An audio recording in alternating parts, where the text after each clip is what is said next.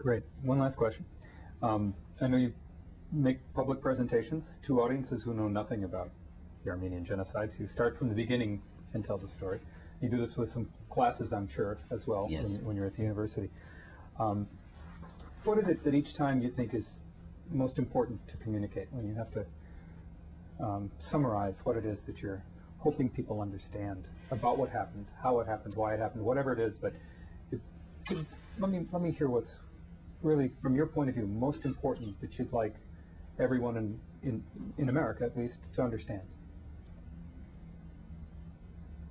There is a general rule in all genocides that it never falls from the sky, suddenly.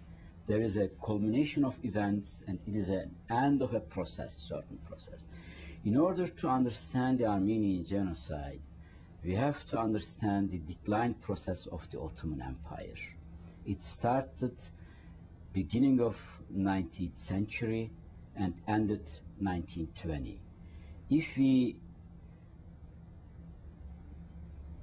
know this decline process, we can understand why the genocide was a natural, quote-unquote, result of that process.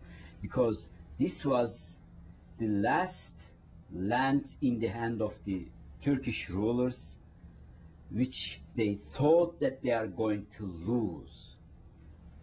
Armenians paid the price for all Christian nations within the Ottoman Empire.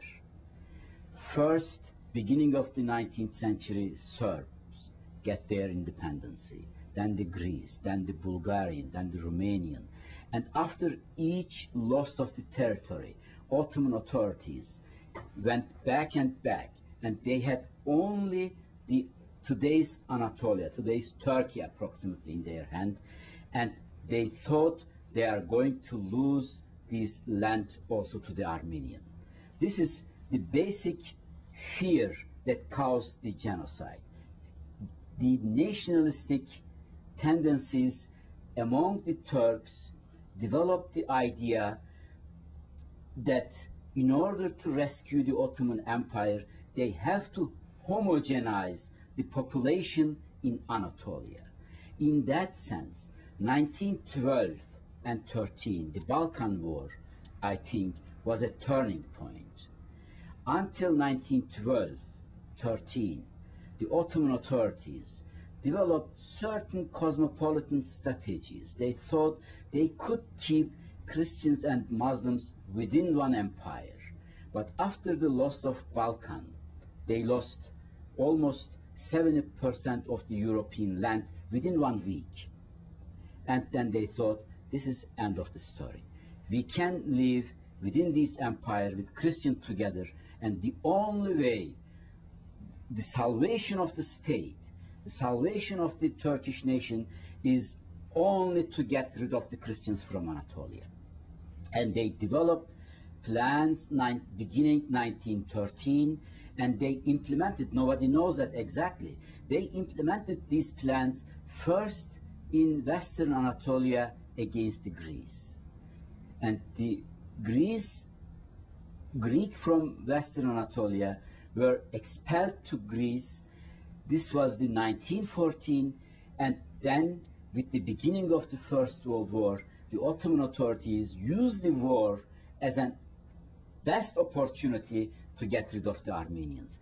And there is a difference between Greeks in the Western Anatolia and the Armenians. There was a state where can you send the Greeks, but there were nowhere, and it was the deserts that you can send the Armenians. It's what happened 1915.